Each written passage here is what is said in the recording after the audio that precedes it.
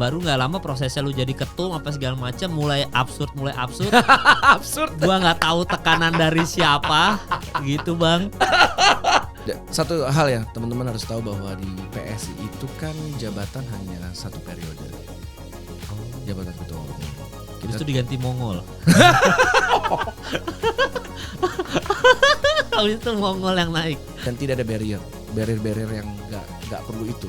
Tanpa biaya-biaya itu maksudnya. Karena kita lebih melihat orang itu dari integritasnya, bukan dari isi tasnya. Pengen kalau kita dari sisi musik ya, pengen reunian sama Niji. Masa? Ya pengen dong. Oke.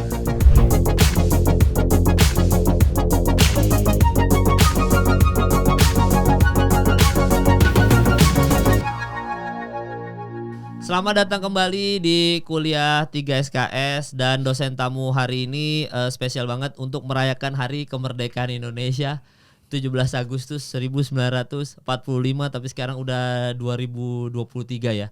Kita kedatangan Bang Giring. Wes. Gila. Salaman dulu dong. Salaman dulu dong. Selamat 78 tahun. Indonesia merdeka. Siap. Tapi kok memang arti merdeka kalau buat lu sendiri Pak Ketum apa nih Pak Ketum? Waduh berat sekali. Iyalah berat lah, kita harus dari yang berat-berat lah Pak. Enggak sih. Enggak yang ini aja, yang versi lu aja. Maksudnya kalau kemerdekaan itu tuh gini deh, pertanyaannya yang paling gampang nih untuk Bang Giring nih. Lu sendiri sekarang posisi udah merdeka nggak Bang? Di hati lu, di raga lu udah merdeka nggak sekarang? Wow, that's a very good question ya. Iya. Gue coba jawab yang pertanyaan pertama dulu. Oke, boleh Bang. 78 tahun arti kemerdekaan bagi seorang Giring Ganesha adalah tanggung jawab. Siap. Nah, karena almarhum bokap gue selalu bilang bahwa laki-laki itu harus punya satu hal, yaitu tanggung jawab. Ya kan? Jadi tanggung jawab kita apa? Tanggung jawab kita adalah karena kita punya hutang yang besar. Hutang bukan sama luar negeri ya. Hutang besar kita sama anak cucu kita. Ya. Ada gitu.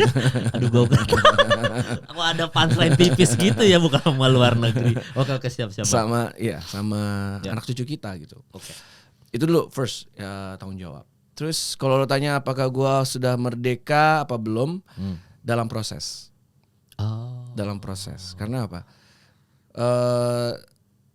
Gue waktu itu nonton di YouTube ada orang yang namanya, pokoknya dia kalau di YouTube itu dia di zoom gitu pakai kacamata, terus mukanya beda-beda tipis sama profesornya Money Heist gitu kan. Orang luar? Orang Indonesia. Orang Indonesia? Oh. Ferry Irwandi. Wah. Oh. Jadi tiba-tiba Ferry Irwandi diundang ke Om Deddy, terus gue nonton yang bagian dia ngomong tentang stoik. Stoik. Stoik kan lagi happening banget di waktu zamannya COVID ya waktu itu ya. Yes. Terus gue penasaran kan, terus gue follow aja semua channel-channel yang ngomongin stoik gitu kan. Terus beli buku meditation dan lain-lain gitu. Ternyata bebas itu dan merdeka itu kita semua yang ngatur. Gitu. Maksudnya adalah kita pribadi nih ya, gue pribadi udah mulai sampai sekarang udah nggak terlalu mikirin apa yang pendapat orang tentang gue, karena nggak bakal bisa gue rubah kan. Iya. Tapi apa yang gue harus lakukan ke diri gue sendiri adalah bagaimana membuat diri gue menjadi manusia yang lebih baik setiap harinya gitu. Jadi bisa, dan di saat bersamaan juga gue pribadi juga sudah berapa tahun ini memang sering meditasi juga gitu. Oh iya Bang. Meditasi. Lo perlu tuh bro. Serius. emang apalagi sengaruh itu Bang meditasi. Apalagi kalau sudah menikah ya.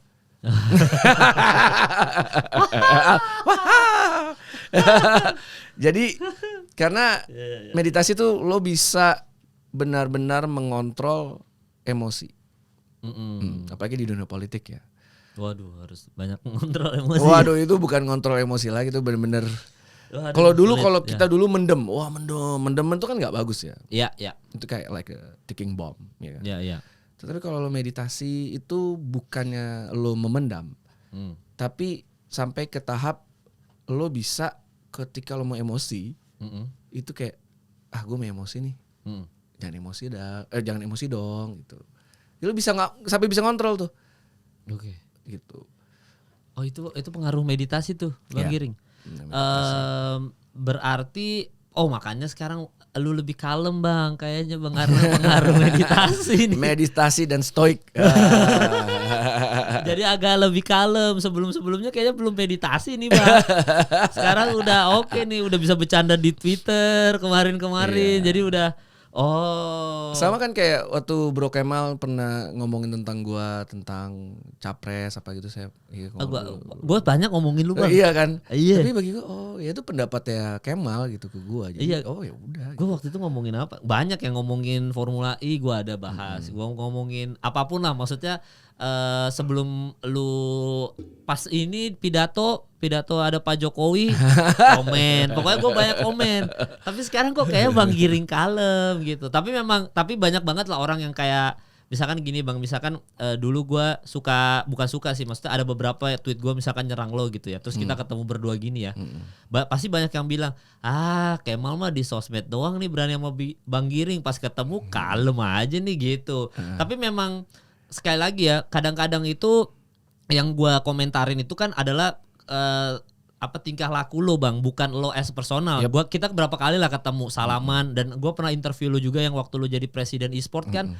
Dan lu waktu itu di situ cukup, menurut gue jawabannya cukup bagus, cukup informatif. Tapi kan presiden e-sport pas IDN Times ya kita ya ketemu ya bang ya. Nah abis itu baru nggak lama prosesnya lu jadi ketum apa segala macam, mulai absurd. Absurd. Gua nggak tahu tekanan dari siapa gitu bang. Gua nggak tahu.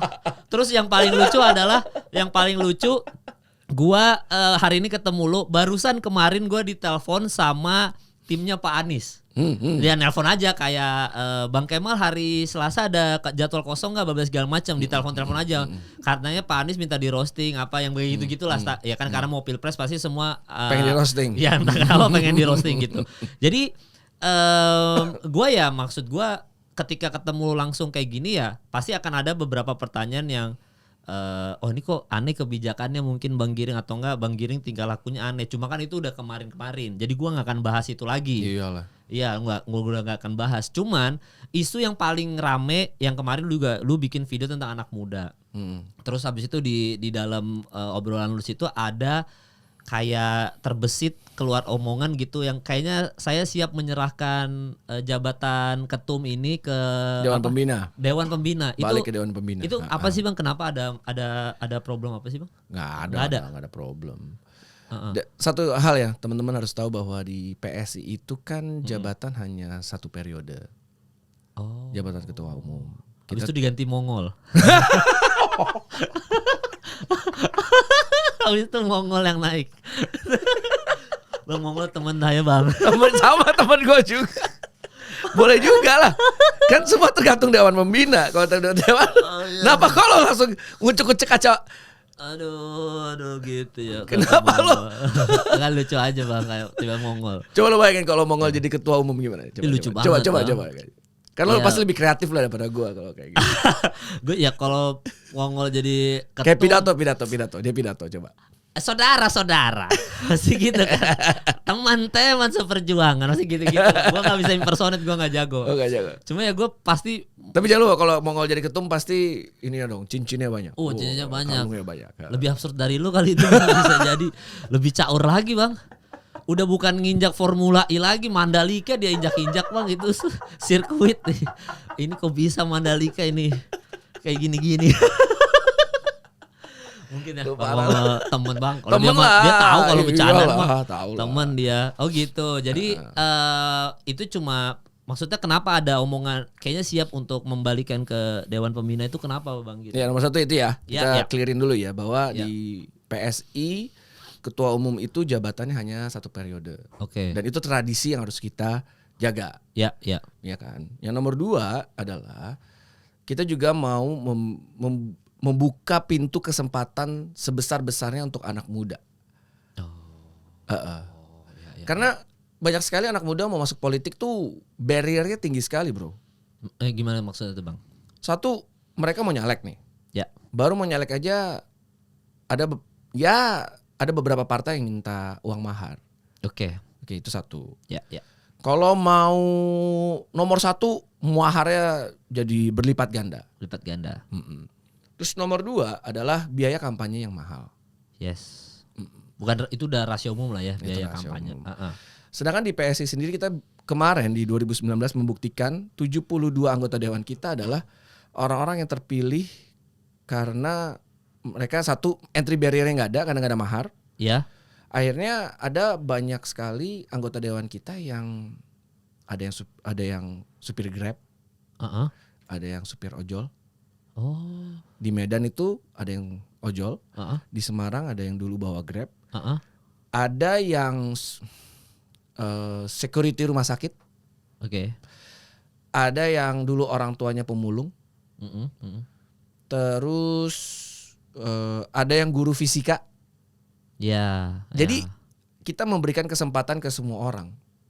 Dan kita pengennya bahwa di PS ini lebih banyak lagi anak muda yang mau masuk ke politik, mau melakukan perbaikan, dan tidak ada barrier yang nggak perlu itulah. Tanpa biaya-biaya itu maksudnya. Karena kita lebih melihat orang itu dari integritasnya, bukan dari isi tasnya. Makanya kemarin ada Bro William yang di DKI Jakarta itu baru aja lulus kuliah, langsung keterima menjadi anggota dewan. Dan banyak nih teman-teman gue nih, kayak Bro Jo, Bro Glorio ini masih 23, 24 tahun.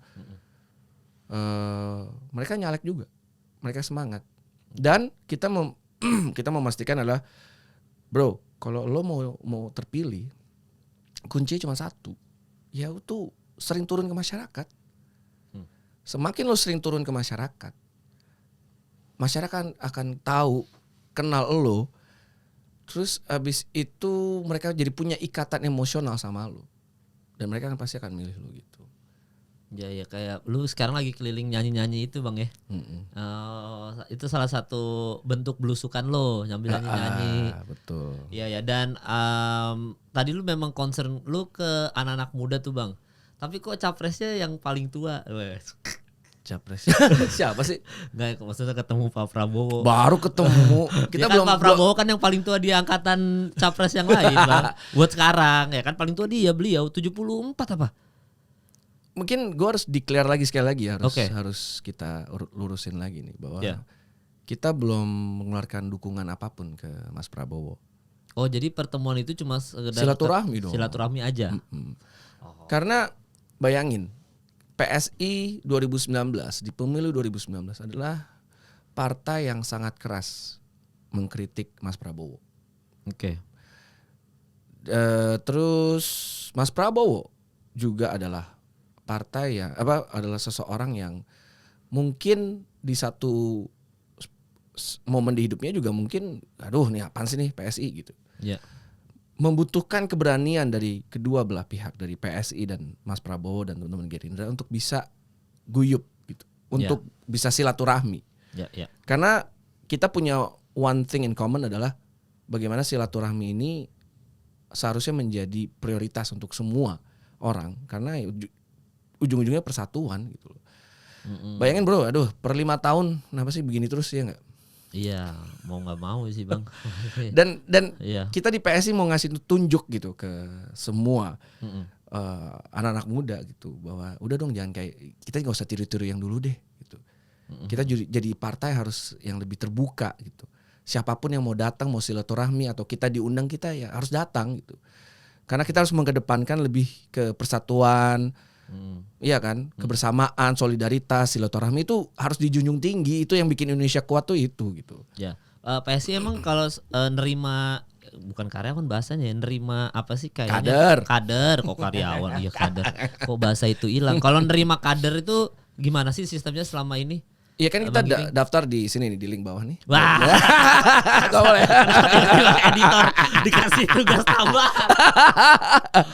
Di www.psi.id itu kan online. Oke. Tapi kalau mau daftar nyalek itu biasanya memang ada screeningnya. Nomor 1 adalah kalau orang ini pernah tersangka korupsi atau pernah tersangkut kasus korupsi, udah pasti nggak bisa masuk. Itu nomor 1. Kita memastikan 100% dari semua bacalek kita adalah orang-orang yang tidak pernah terkena kasus korupsi. Siap. Yang kedua adalah tidak pernah terlibat kasus kekerasan seksual. Oke. Karena kita PSI didirikan juga sangat mensupport untuk dan melindungi hak-hak perempuan, oke, Oke. dan keselamatan perempuan dan keamanan perempuan. Ya. Dan ketiga ya pasti ya tidak pernah tersangkut kasus kriminal juga lah. Itu aja berarti nggak ada yang lebih Nggak screeningnya ada. nggak ada yang lebih detail gimana. Ya abis itu kan setiap pengurus provinsi dan kabupaten kota punya sistemnya sendiri untuk men-screening gitu kan. Oke. Ada challenges-nya, ada ujiannya dan lainnya. Ya kita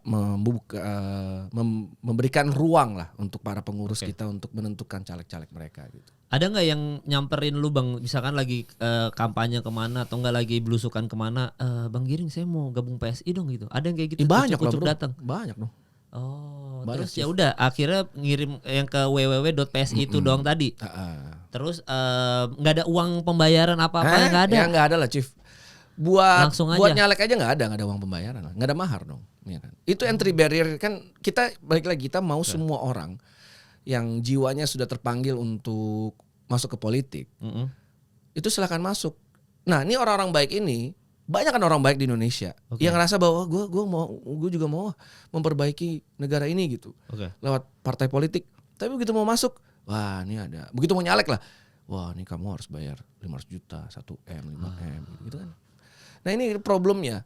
Awalnya aja kalau udah mau berat gitu gimana caranya kita memastikan bahwa semua orang punya hak yang sama untuk masuk ke politik gitu.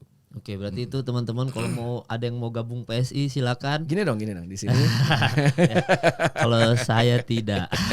www.psi.id gitu. Iya benar. Silakan kalau siapa tahu ada yang mau gabung tuh tidak ada biaya apapun. Cuma kalau kita flashback sedikit ya Bang Giring ya. Mungkin gua ada yang miss tapi proses Bang Giring menjadi ketum tuh gimana? Ditunjuk. Oke. Terus gimana? Coba diceritain dikit Bang. Ya gue juga gak ngerti ya. Tiba-tiba udah jalannya aja kali ya. Oke. Jadi gue masuk itu sebagai caleg. Oke. Iya kan? Tahunnya kita flashback dikit Bang.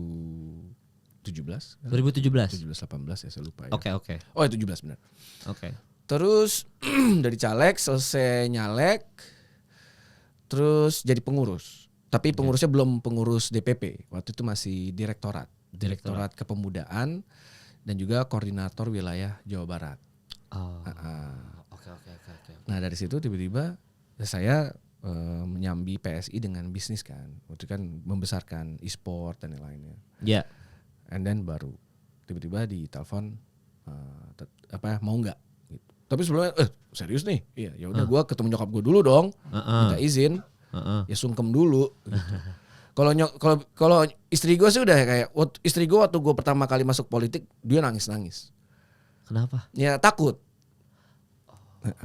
Takut maksudnya takut apa Bang? Ya takut disakiti secara fisik. Terus takut juga kenapa-kenapa. Tapi dia tahu bahwa suaminya nih orangnya lurus gitu. Jadi dia kalau masalah korupsi dia nggak takut lah. Karena dia tahu suaminya lurus. Oke. Tetapi yang takutnya lebih kayak gitu. Tiba-tiba ada yang mukul atau yang nusuk atau yang dia lebih worried keselamatan gue secara fisik. Nah, habis itu tapi lucunya begitu gue ditawarin jadi ketua umum dia cuma ketawa-tawa aja. Aduh, ini apa lagi sih gitu kan. Another roller coaster in my life lah gitu kan, in our life gitu kan.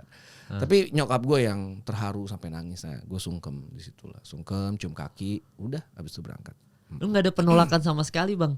Pas ditawarin ketum nggak ada kayak nggak siap Pak, nggak sanggup saya gitu, nggak ada, langsung iya gitu. Apa ada maksudnya ada kan kalau gue misalnya ditawarin kayak jangan saya Pak, takut saya, pasti ada gitu-gitunya kan. Lu nerima Bang langsung gitu? Gue punya prinsip di hidup nih. Oke. Bahwa manusia itu harus grow, harus bertumbuh. Dan apapun rintangan yang ada di depan mata, apapun challenges-nya, ya lu hadapin aja semaksimal mungkin gitu. Dan kalau lo berhasil, berarti lo udah naik level, you're growing. Ya kan? Dulu zaman-zamannya bikin startup, ya kan. Terus udah mulai goyang, ini bisnis modelnya nggak berhasil, kita coba. Tiba-tiba kita lihat ada, wah ini kayaknya ada e-sport nih. Oh gue juga happy kan karena gue juga pemain video game, ya kan? Yeah. Pemain video game sampai detik ini, ya kan? Gue tahu itu kalau itu. Nah terus tiba-tiba ada e-sport, wah e-sport itu industri yang berbeda lagi dari industri video game. E-sport kan industri nontonin orang main video game. Paling gampang kan jelasinnya gitu. Ya. E-sport adalah industri nontonin orang atau tim beradu video game. Oke. Wah, tiba-tiba ada tantangan ini bikin liga, abis itu dipercaya sama Pak Jokowi untuk bikin Piala Presiden e-sport, walaupun berat, tapi ya coba aja, just do it. Okay. Walaupun stres apa-apa, tapi akhirnya berhasil juga kan. Dan naik level lagi. Ya sama aja sekarang. Waktu itu hanya orang biasa-biasa aja yang nggak ngerti tentang politik, masuk ke politik, nyalek, oh ternyata begini. Dan ditawarin jadi ketua umum, oh gini gitu.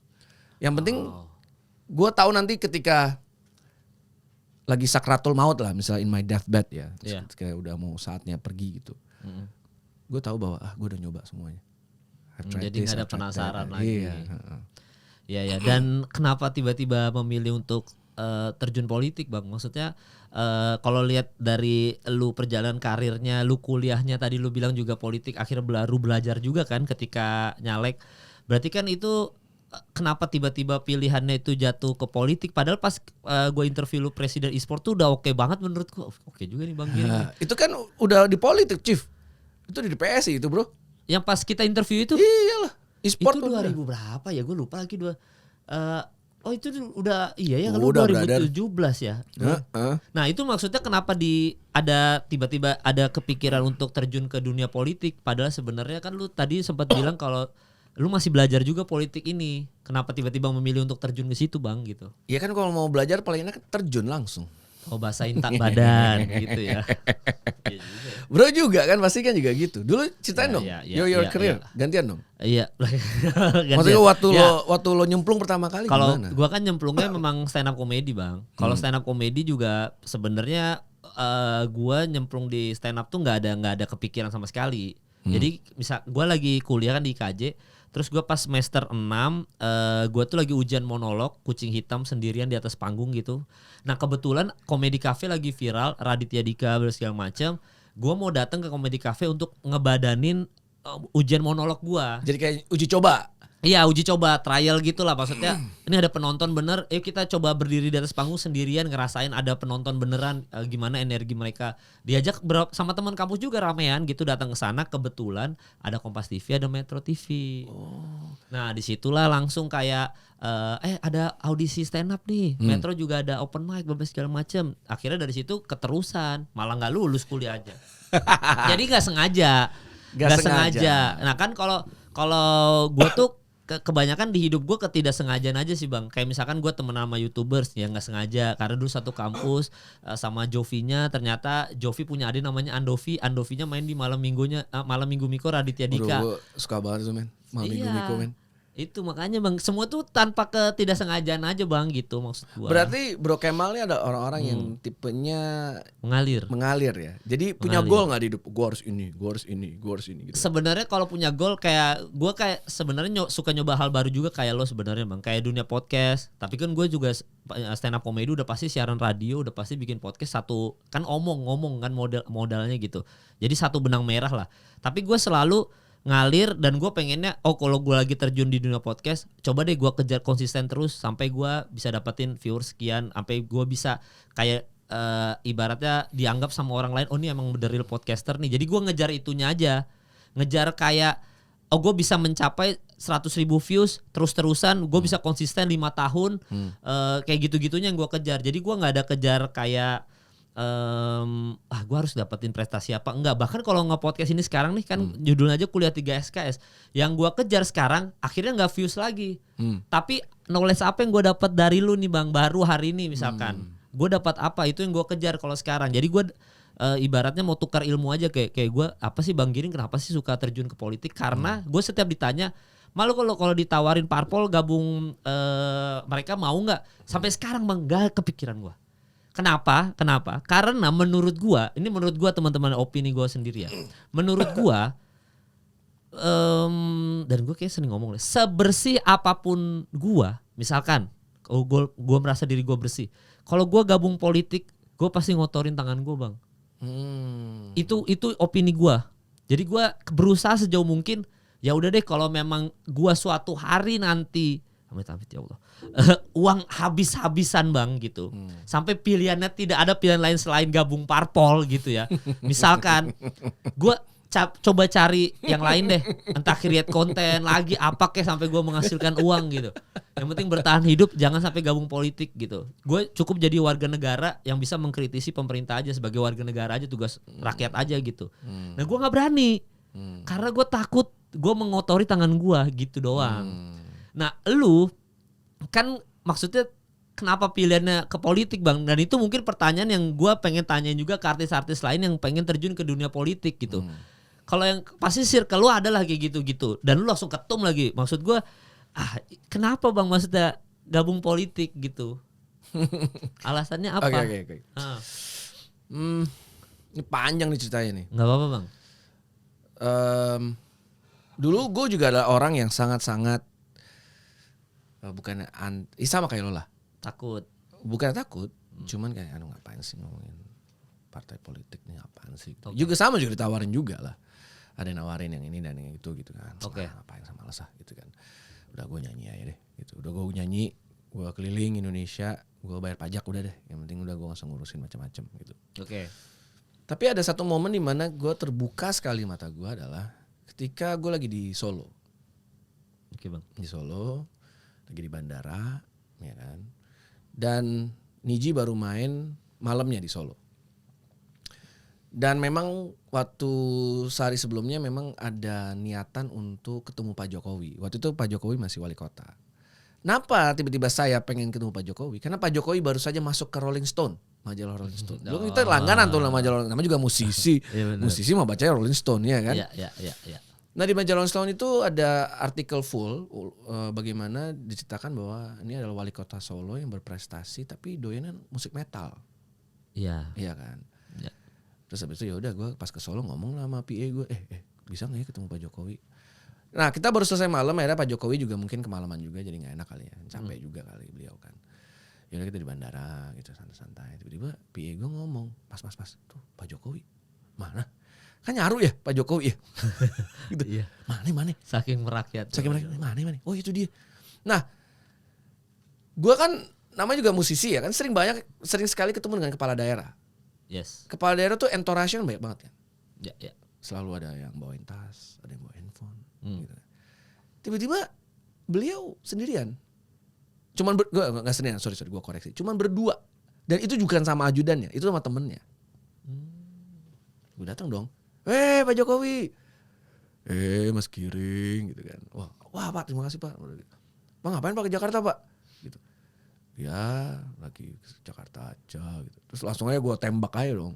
Wah Bapak mau jadi gubernur DKI ya Pak ya? Enggak lah. Gitu kan. Gitu kan. Oke. Tapi yang gilanya adalah ini momen pertama kali ketemu Pak Jokowi dulu ya. Oke. Abis itu gue naik pesawat. Kita di bisnis. Doski di ekonomi di ujung. Beneran bang? Ya iyalah. Udah nih, udah selesai. Oke. Tiba-tiba kita ngeliat dia mau akhirnya bener kan, dia mau maju jadi gubernur DKI. Oke. Dan gue ingat banget nonton debatnya waktu itu. Nonton debat, aku pengen lihat Pak Jokowi gimana nih. Gitu. Terus yang lain dong ngomongnya normatif, gitu. Dia enggak, dia langsung bawa kayak papan gitu. Planning tentang Jakarta yang mau dia bangun. Jadi ada MRT, ada monorail, habis itu ada apartemen. Yang benar-benar semuanya terintegrasi gitu kan. Jadi yang lain normatif ngomongnya, yang ini udah tahu dia mau ngapain pas terpilih gitu. Iya. Ya udah habis itu mulailah jadi relawan. Jadi beliau terpilih jadi gubernur. Kita nyoblos dia dan benar di momen dia menjadi gubernur, Jakarta menjadi tempat yang lebih baik. Iya kan? Iya. Bayangin bro, selama bertahun-tahun rumah gua tuh, di bawah rumah gua tuh banjirnya nggak pernah berhenti, banjir terus. Iya. Tapi semenjak zamannya beliau, semenjak ada pasokan Orange dan lainnya, yang bersihin gorong-gorong dan lainnya, itu di banjirnya cuman pas hujan habis itu turun langsung. Biasanya tuh berhari-hari gitu. Iya. Dan setiap kali nyokap gua mau ngasih uang ke teman-teman pasokan Orange, mereka selalu bilang nggak usah bu, ini kan kita sudah dibayar. Kita dapat UMR, anak-anak kita sekolahnya gratis. Wah, itu makin kayak, wow, oke. Nah begitu beliau mau maju jadi presiden, nah disitulah gue mulai jadi relawan. Oh, pintu masuknya relawan.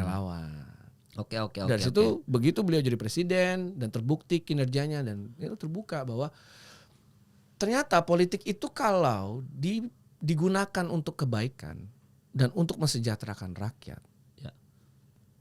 ya hasilnya pasti positif gitu. Tapi kalau politik digunakan hanya untuk mementingkan diri sendiri dan kelompoknya, ya itu barulah korup namanya gitu, Chief. Iya. Jadi situlah gue tertarik, wah, if Pak Jokowi bisa, pasti seorang Giring Ganesa juga bisa gitu. Iya, makanya itu pintu masuknya dari situ ya. Memang yang tadi gua bahas juga, soalnya kalau kita itu memilih gabung politik, tadi aja bini lu sempat kayak nangis-nangisan juga kan, takut kenapa-napa. Karena bisa aja politik ini merubah kita. Misalkan sekarang as a person, gua orangnya seperti ini yang lu kenal Bang. Nanti kalau misalkan gua gabung politik, gua bisa punya banyak musuh, gua bisa kayak berubah aja gitu. Kok Kemal yang dulu bukan kayak Kemal yang sekarang. Itu yang gua hindari. Yang tadi lu bilang absurd ya. Iya. Iya kan lu tingkah laku lu di sosmed cukup aneh menurut gue. Cukup aneh.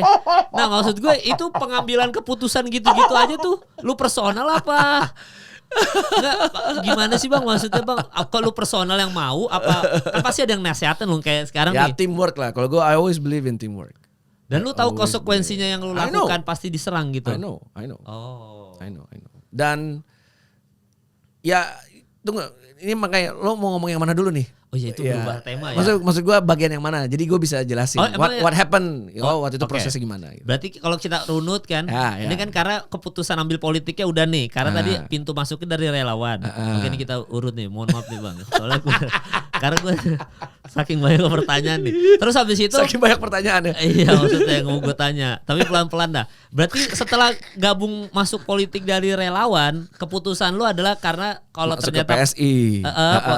PSI akhirnya keputusannya adalah kalau lu bisa politik ini kalau digunakan in a good way, akan hasilnya juga akan bagus. Asalnya dari situ kan. Nggak ada indikasi lain maksudnya dalam pengertian gimana ya? Kalau misalkan ngelihat kan misalnya ada aja misalnya ngelihat parpol atau ngelihat capres atau apa, oh keren nih ada karisma apa segala macam. Gue pengen jadi orang yang berkarisma, pengen orang yang dihargai, direspek semua orang. Ada nggak indikasi lain? Maksudnya indikasi seperti itu Bang Giring ketika ingin memutuskan terjun politik gitu? Ada? Nggak ada sama sekali. Nggak ada sama sekali. Nah, emang for serving, melayani. Ya. Itu aja berarti ya, for serving aja. Oke. Karena kalau dihargai, udah dihargai bos. Kan sebagai musisi. Kalau karisma, ya ambillah bro. Kalau di atas panggung kan ada karismanya gitu. Bener. Nah terus. Nah yang belum didapat kekuasaan Bang. Itu yang nggak ada kalau jadi musisi Bang. Kekuasaan. Oke. Itu goals terakhir manusia tuh kalau nggak pernah puas tuh kekuasaan Bang. Power ya. Power. Apakah ada indikasi power itu ketika ingin masuk politik? Karena lu udah karismanya udah dapet, dipuja-puja udah dapet, direspek udah dapet. Kok gua nggak punya power nih? Kayak Pak Jokowi tadi misalkan gitu, let's say. Bayangin bro, power itu kalau di politik ya, kalau benar ya, satu tanda tangan lo aja bisa mempengaruhi jutaan nasib orang. Makanya ada senior saya gitu ya, kayak Dewan Pembina kita gitu, Bang Jeffrey Giovanni selalu ngomong bahwa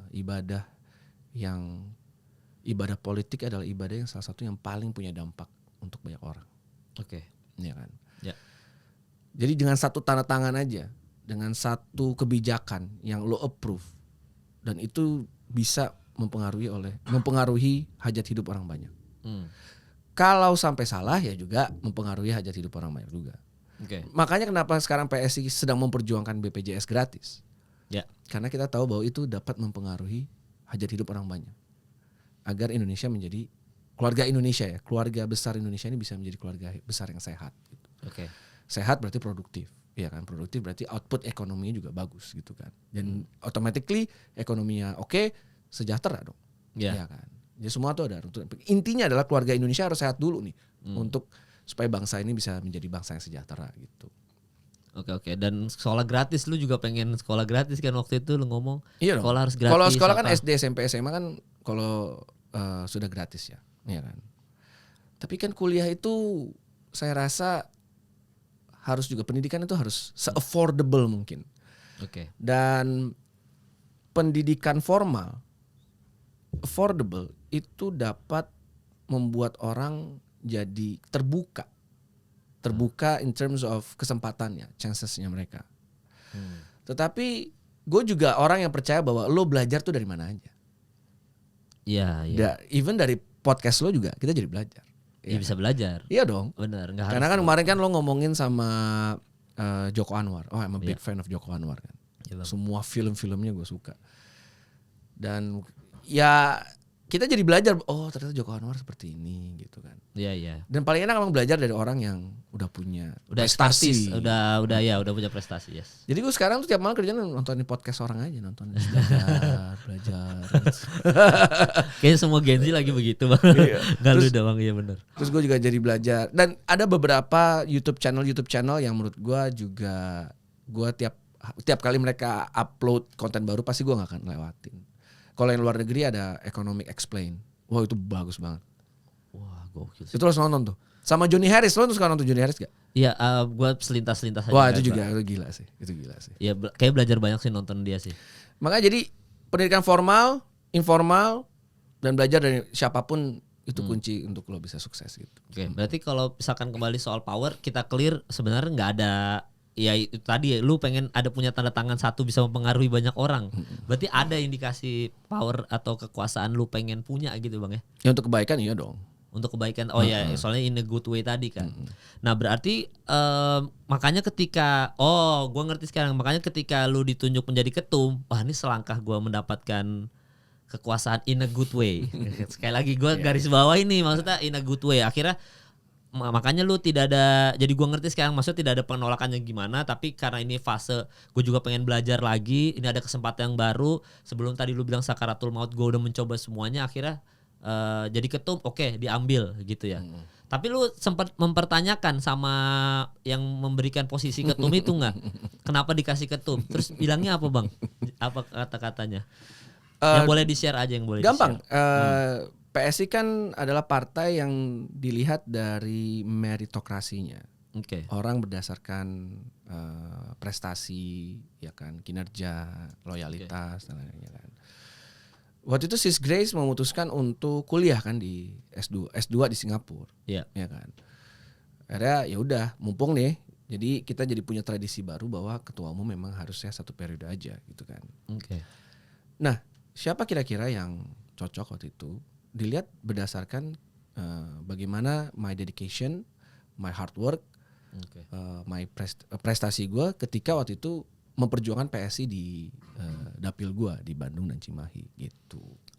Lihat dari situ juga. Soalnya itu keputusan itu ketika lu ditunjuk menjadi ketum tuh lumayan cukup, wah masyarakat apalagi warga sosmed kan lumayan cukup, wah gokil juga itu aksi dan reaksinya gitu maksudnya. Lumayan. Ya lumayan bang, maksudnya untuk loh PS ini gimana sih, maksudnya kok tiba-tiba Bang Giring yang ditunjuk segala macam. Ini maksudnya lu mau jalan sejauh mana nih dengan Bang Giring as a ketum gitu loh. Maksudnya kan itu kan pertanyaan semua netizen kan.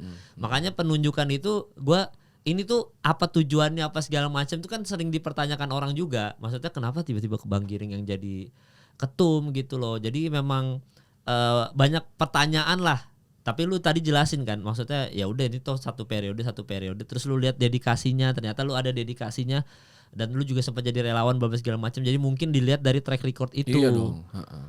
Karena value-value yang selama ini gua perjuangkan dan tunjukkan tidak sesuai dengan value-value-nya PSI juga kan. Gitu. Oke, ya dan untuk anak muda juga kan makanya brosis segala macam. Ya kan itu. Nah, kita udah sampai di titik ketum nih, berarti udah jadi ketum nih.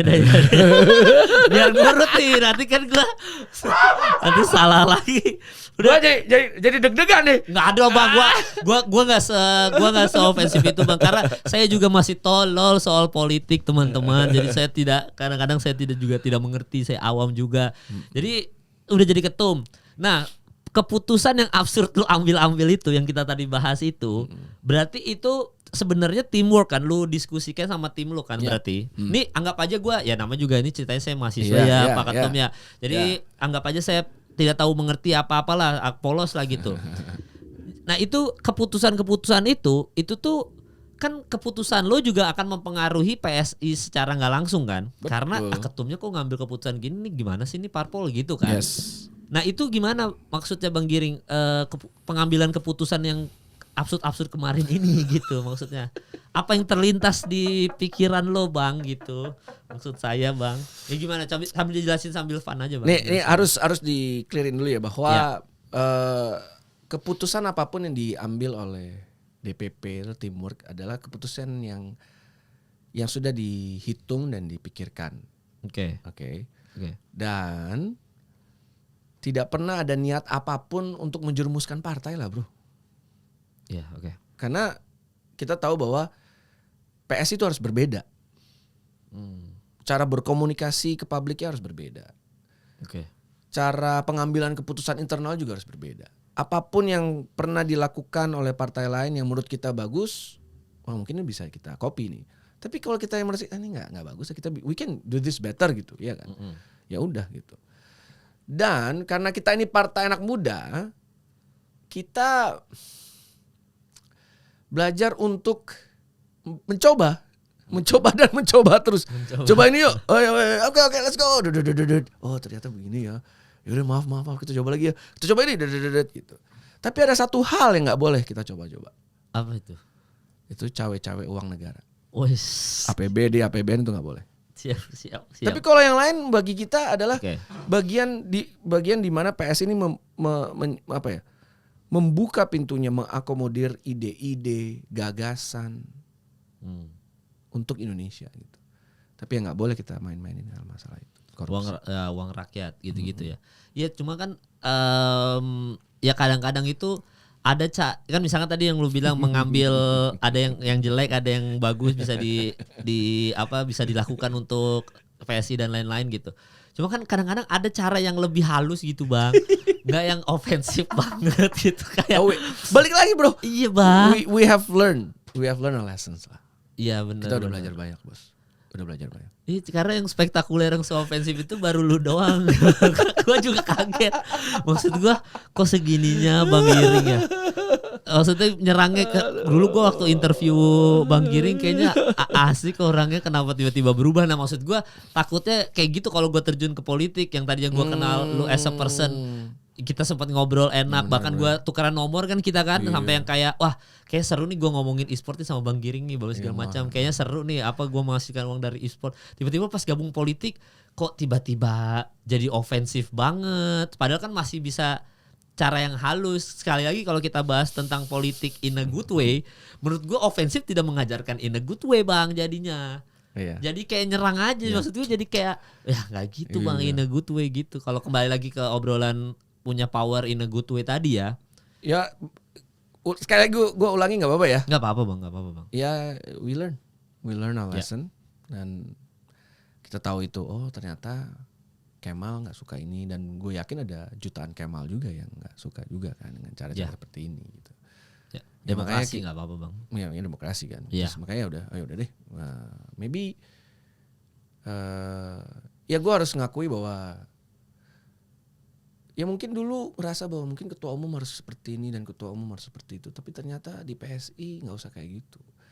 Ketua umum just be himself or herself tuh lebih enak ternyata. Dan akhirnya udah gue coba jadi diri gue sendiri aja sekarang, ya kan. Ya.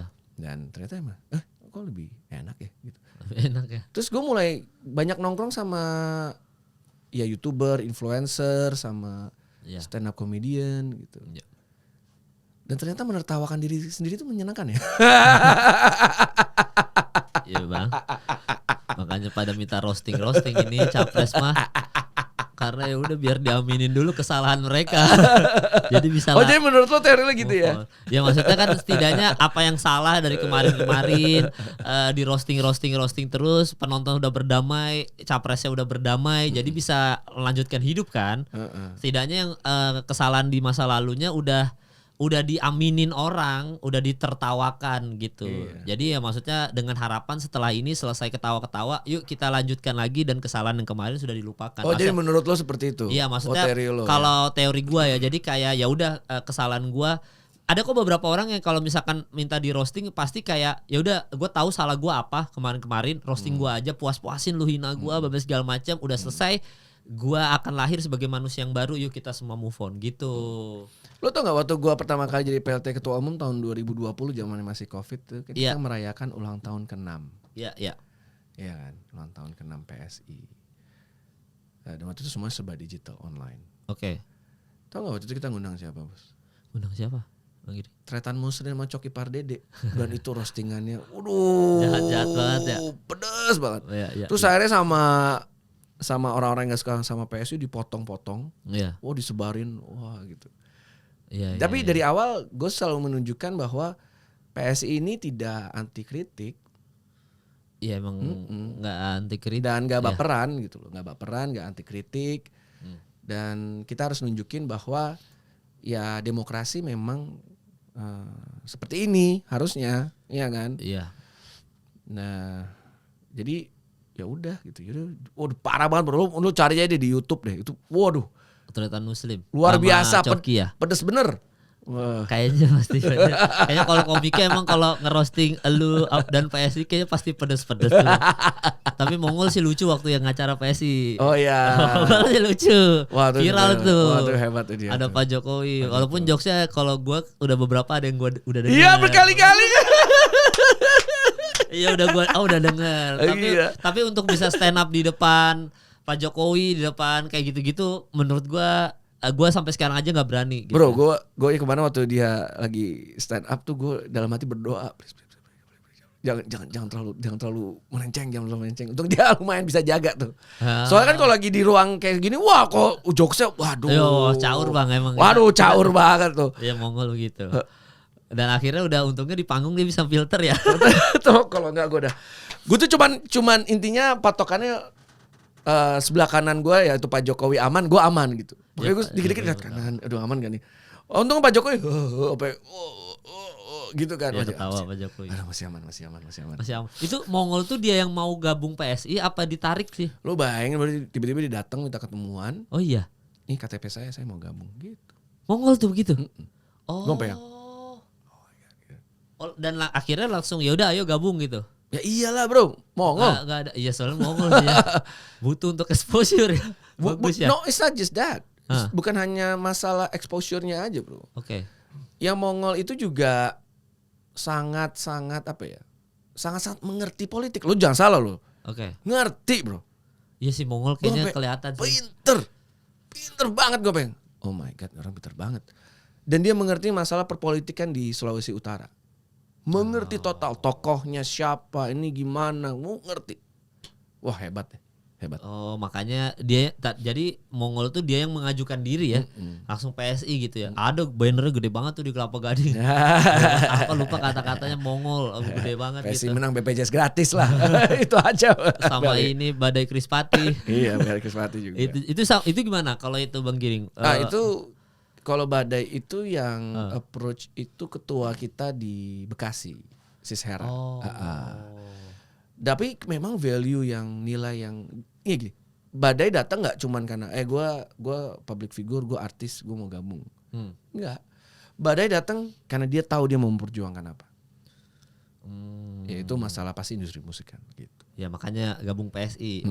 Nah kalau PSI sendiri untuk kan udah ada amunisi nih, udah lengkap nih Bang. Nih biar runut nih, enak nih. Ya. Nah, PSI sendiri persiapannya untuk 2024 jadi apa? Yang sekarang lagi dipersiapkan nih. Ya, sekarang. Kunci kemenangan itu kan di caleg dong. Oke. Caleg kita sudah naik berapa kali lipat ya? Sudah hampir 4 kali lipat. Oke. Dari tahun 2019. Iya. Jadi otomatis berarti lebih banyak orang tokoh masyarakat yang mau dan percaya untuk maju lewat PSI. Itu aja udah tanda-tanda kemenangan tuh. Ya kan? Sekarang total kader berapa? Total kader puluhan ribu lah bro di seluruh Indonesia. Ini ngomongin caleg ya, caleg. Caleg itu kan maksimal itu 22.000 kan. Ya oke. Terus oke, kita ngomongin caleg udah pada siap. Terus habis itu sekarang kita punya strategi komunikasi, strategi ini dan yang paling penting adalah kita sekarang lagi membuka lah silaturahmi sama semua orang. Makanya kemarin ketika Mas Prabowo dateng kan, pada heboh gitu kan. Tapi bagi gue pribadi ya bro ya, ini kan kita lagi bukan menunjukkan sih, cuman gimana ngomongnya ya. Kita lagi berusaha untuk bilang ke publik bahwa untuk kepentingan Republik Indonesia, untuk persatuan ya kita harus duduk bareng karena politik ya politik, tapi masa kita nggak bisa duduk bareng sih gitu. Iya kan gitu. Ya contoh gini sih Bro Kemal, misalnya one day gitu ya ketemu Pak Anies gitu, pasti gue pengen gitu duduk bareng ngobrol. Ya itu harus ditunjukin gitu, dan kita sebagai anak muda ya harus terus menunjukkan itu. Mungkin lo beda sesuatu, berbeda, tetapi ya udah, kenapa sih kita nggak bisa agree to disagree sih gitu. Bisa Bro Kemal percaya bahwa gue nggak mau tangan gue kotor lewat politik. Ya oke, it's okay gitu kan. Iya iya dan ibaratnya kan tadi kalau Pak Prabowo sudah bertemu, ya berarti tinggal nextnya Pak Aniesnya yang belum ketemu nih berarti. Iya boleh anytime kalau misalnya. Sekarang kan kita lagi berusaha mencari waktu bisa bertemu dengan kakak-kakak kita di PDIP. Oke. Gitu. Ya jadi persiapannya sejauh ini tadi udah cukup untuk calegnya udah siap nih Bang Giring ya, udah siap. Tapi belum gimana ya? Soal koalisi gimana? Aduh, koalisi lagi bro. Belum ada. Belum kepikiran. Belum ada kepikiran sama sekali. Karena kita besok tuh minggu depan tuh ada acara namanya tanggal 22 Agustus di Kopdarnas. Kopdarnas. Nah, di Kopdarnas ini kita akan menentukan apakah kita akan ya pokoknya intinya menentukan arah kemana kita mau berjuang lah. Iya. Jadi semua kader kita kumpulin di DKI Jakarta di tenis indoor gitu. Oh nanti tanggal 22 Agustus tuh baru menentukan arah. Ya mungkin aja bisa ke Pak Anies, bisa ke Pak Ganjar, bisa. Kalau Pak Anies nggak bisa. Oh nggak bisa ada. Kalau Pak Anies nggak bisa. Ya kan, karena kita udah firm bahwa kita bukan, it's not personal ya sama Pak Anies ya. Nothing personal. Tapi kita rasa bahwa ketika beliau menjabat Gubernur DKI Jakarta, menurut kita ya gagal gitu. Tapi it's nothing personal ya. Ya opini lo nggak ada masalah Bang. Iya. Ya maksudnya semua orang bisa beropini, makanya nggak kalau Pak Anies nggak. Jadi tinggal Pak Ganjar, Pak Prabowo nih, dua ini doang. Antara dua ini. Oh seperti itu ya. Seru juga ya obrolan itu ya. Banyak unek-unek tapi saya itu udah ini media. Gak apa-apa.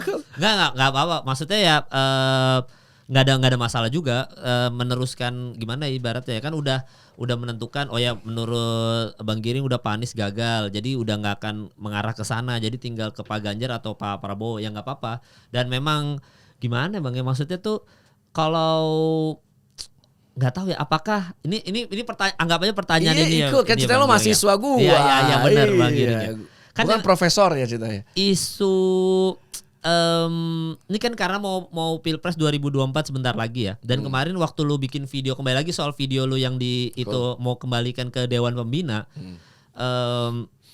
Ya kalau apakah karena gimana enaknya ngomong ya? Ngomong aja Cip, santai aja.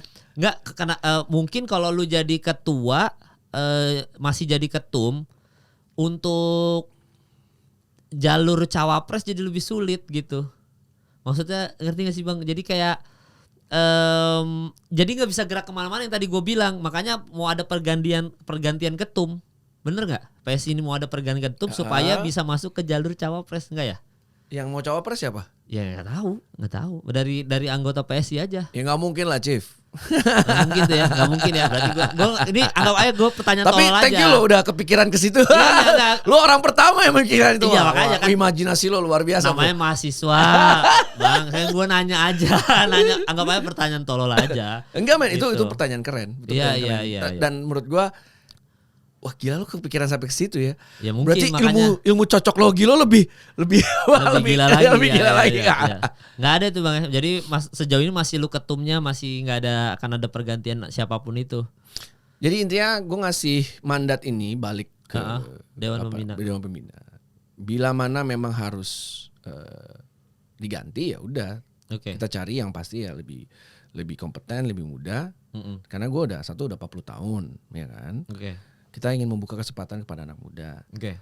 Dan ketiga juga kan udah 1 periode. Jadi kan sebetulnya kan kayak ngasih tahu ini. Tapi nanti kan mungkin bisa setahun lagi atau kapan gitu kan. Satu Pergantiannya. periode Yang penting kan udah ngasih tahuin bahwa ini ada tradisi yang harus kita pertahankan nih.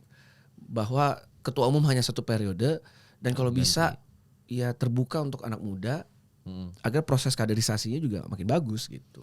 Oke. Dan kalau lu nanti misalkan udah nggak jadi ketum lagi, mau ngapain Bang Giring? Oh banyak Chief. Apa aja tuh? Apa aja Bang? Apa aja? Kalau udah nggak jadi ketum lagi? Apain lah? Banyak lah bro. Banyak kan. E-sport lagi, bermusik kah?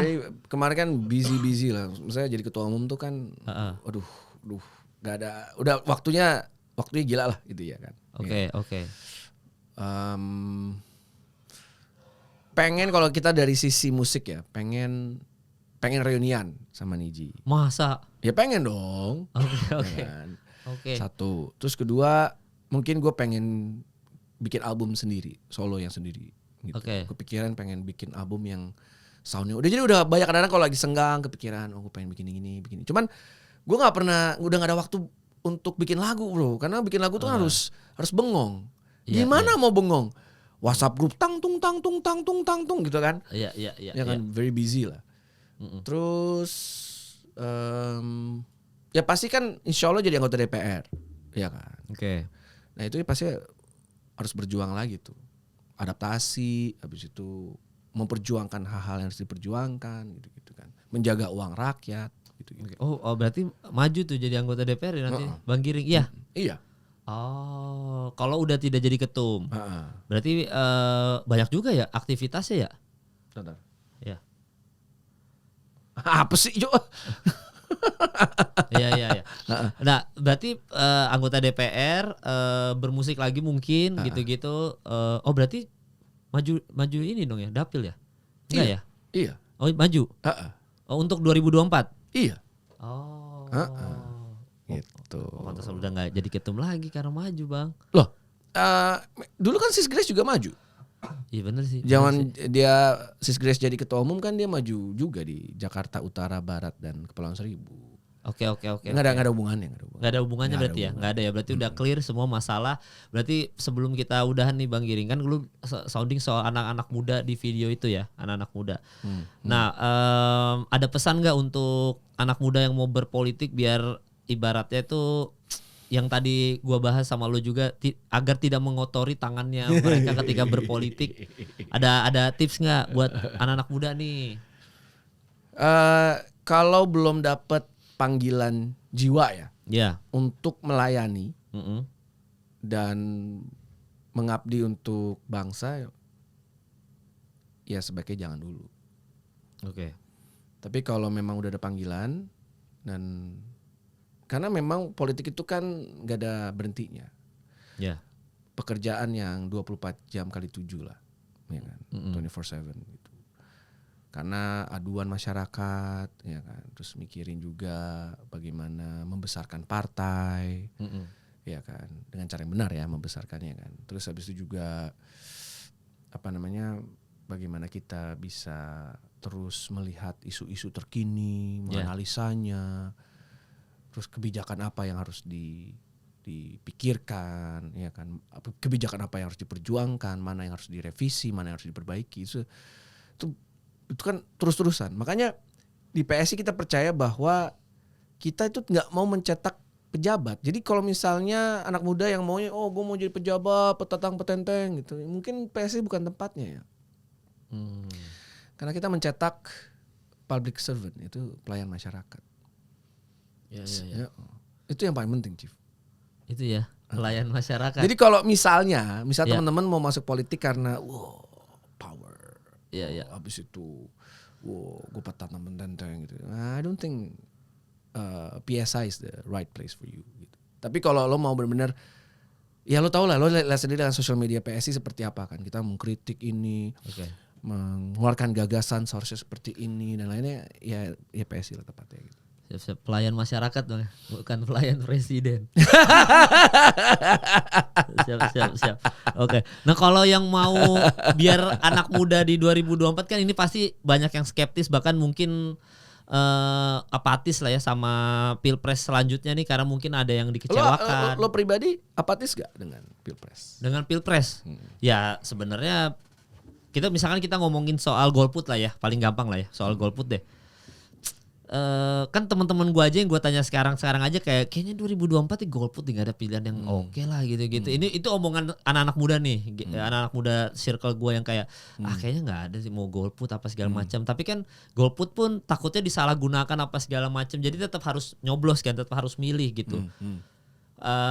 Mungkin ada beberapa yang kecewa sama kubunya Pak Ganjar, mungkin nggak terlalu suka sama Pak Ganjar juga. Itu kan pribadi lah ya, maksudnya nggak suka sosok Pak Ganjar. Ada yang mungkin tidak suka yang seperti tadi Bang Giring bilang sama Pak Anies karena mungkin merasa gagal memimpin DKI segala macam. Ada yang mungkin saya nggak pernah bilang tidak suka loh. Oh iya nggak suka ya tadi dia. Jadi bilang apa tadi? Merasa gagal aja ya, merasa bagi kita gagal dia ya. Gagal gitu. Tapi kan tidak suka itu very personal ya. Iya. Oke lah. Gue gak pernah bilang gue gak suka loh. Ya oke siap. Saya terus ikut. Nah terus juga mungkin ada yang kecewa sama Pak Prabowo ketika akhirnya gabung ke jajaran kabinetnya Pak Jokowi. Jadi kalau kita ngomongin skeptis ataupun apatis tuh kayaknya udah pasti di anak-anak muda zaman sekarang udah keluar lah, mereka entah skeptis entah apatis sudah pasti ada hal-hal itu udah masuk ke diri mereka gitu. Yes. Jadi kalau menanggapi itu, kalau gue pribadi ya gak tahu sih Bang ya, soalnya sulit Bang. Sulit ya? Oh. Ya sulit Bang, maksudnya tuh kalau gue pasti nyoblos. Kalau gue pribadi mau nggak mau gue pasti nyoblos. Kalau boleh tahu nggak? Iya. Waktu itu nyoblosnya siapa? Kalau yang sebelumnya Pak Jokowi. Pak Jokowi. Karena memang ya sekali lagi ngefans itu juga sama Pak Jokowi Bang. Maksudnya di era Pak Jokowi itu menurut gue untuk sosok Pak Jokowi itu keren gitu. Dan buat anak muda sih berkembang sekali ya. Iya gitu. Ketimbang Pak Prabowo, pilihannya kan waktu itu Pak Prabowo, Pak Jokowi kan. Jadi udah pasti Pak Jokowi lah buat kita. Cuma kan ternyata ada beberapa setelah memilih Pak Jokowi pun sampai sekarang ada yang kita tidak puas. Yeah. Banyak hal-hal ya kita benar tidak bisa menyenangkan semua orang gitu. Ya jadi untuk nanti 2024 ini pasti akan jauh lebih sulit karena ini kan presiden baru.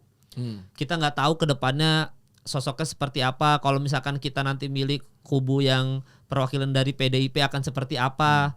Kalau dari Pak Prabowo kayak gimana. Dan mereka juga waktu ketemu udah menyatakan bahwa mereka semua berteman kan sebenarnya kan. Yang waktu di mana itu yang pakai baju adat itu kan udah bilang ini Pak Anies sama Pak Ganjar sahabatan, teman kuliah segala macam. Pak Prabowo juga ketemu biasa segala macam. Nah itu akan sulit Bang dari 2024. Kalau gue pribadi gue aja sekarang bingung. Kalau ditanya mau milih siapa, gue akan golput atau enggak. Gue jujur bingung gue. Dan itu teman-teman gue tanya juga gimana 2024. Jujur nggak ada gambaran sama sekali. Nggak ada gimana. Cuma kan kalau pas gue nanya Panji Pragiwaksono, gue tanya, dia bilang Pak Prabowo nih yang bakal menang nih. Kalau diprediksi dia kayak gitu. Dulu bukannya dia temannya Pak Anies? Lah ya itu mah nggak tahu juga kalau itu Bang. Tapi kan dia waktu itu bilang Pak Prabowo dia waktu di podcast ini juga, podcast gue dia bilang kalau nggak ada apa-apa Pak Prabowo lah gitu. Kalau ada teman gue juga namanya Mamat, pas nanya gimana soal pilpres 2024 belum kebayang juga. Karena belum ada visi misi yang jelas. Nah itu dia, gue baru mau nambahin lo. Maksudnya baru. Ya ini soalnya dari menjawab pertanyaan lu Bang, makanya gue jabarin agak panjang karena ini sesulit itu emang kalau ditanya soal apatis, skeptis, nanti anak muda bakal gimana. Karena belum ada visi misi yang jelas nih dari 3 capres ini gitu. Jadi kita masih bingung menentukan standnya di siapa nih. Sekarang kan beritanya masuk baru kayak Pak Prabowo berkoalisi sama ini doang gitu. Belum ada yang gimana. Betul. Gue boleh nambahin nggak? Udah boleh. Silakan Bang Giring. Kayak dari tadi apa yang lo bicarain, gue menyimpulkan ada hal yang sangat-sangat positif. Oke. Yaitu yang gue senang adalah anak-anak muda zaman sekarang udah jauh lebih kritis. Iya, oke. Iya kan? Ya. Karena bisa dilihat tadi lo bilang, "Oh, gue bingung nih, kita bingung nih, gini Bingung, gitu kan." Iya kan? Dengan semua informasi yang ada, Iya. kalian masih bingung. Kita juga masih bingung, iya kan? Iya. Nah, terus berarti sekarang yang sudah memihak, yang ini, yang itu, gue kesini, gue sini, gue misalnya ke Pak Ganjar, ada yang ke Pak Prabowo, ada yang gue ke ini gitu, itu based on emotional, semua berdasarkan emosi, Iya, memilih iya. berdasarkan. Dan kebanyakan orang Indonesia itu surveinya adalah memilih karena apa? Emosi, Iya, benar. ada emotional attachment gitu kan. Iya. Nah, itulah kenapa kadang-kadang gue selalu ngomong ke kader-kader gue, udah deh, kita udahlah berhenti lah ngomong copras-capres, udah deh. Kita fokus dulu ke program makanya. Kenapa sampai sekarang PSI terus menggaungkan PSI menang BPJS gratis itu? Ya karena itu program unggulan kita, itu yang mau kita perjuangin gitu. Di mana semua partai masih ngomongin, wah kita mau koalisi ini, kita mau koalisi itu. Enggak deh, tunggu udah biarin. Kita fokusnya dulu ke program. Terus tadi Bro Kemal juga ngomong kan, Iya. ternyata ada jutaan Kemal yang lain yang menunggu nih. Ini Pade mau memperjuangkan buat gua apa nih? Iya, benar. Iya kan? Iya. Jadi menurut gua juga ketiga calon presiden kita juga harus bisa dari sekarang juga harus mulai ngomong pelan-pelan gitu loh. Pelan-pelan ngomongin nih. Ini program gua buat perempuan.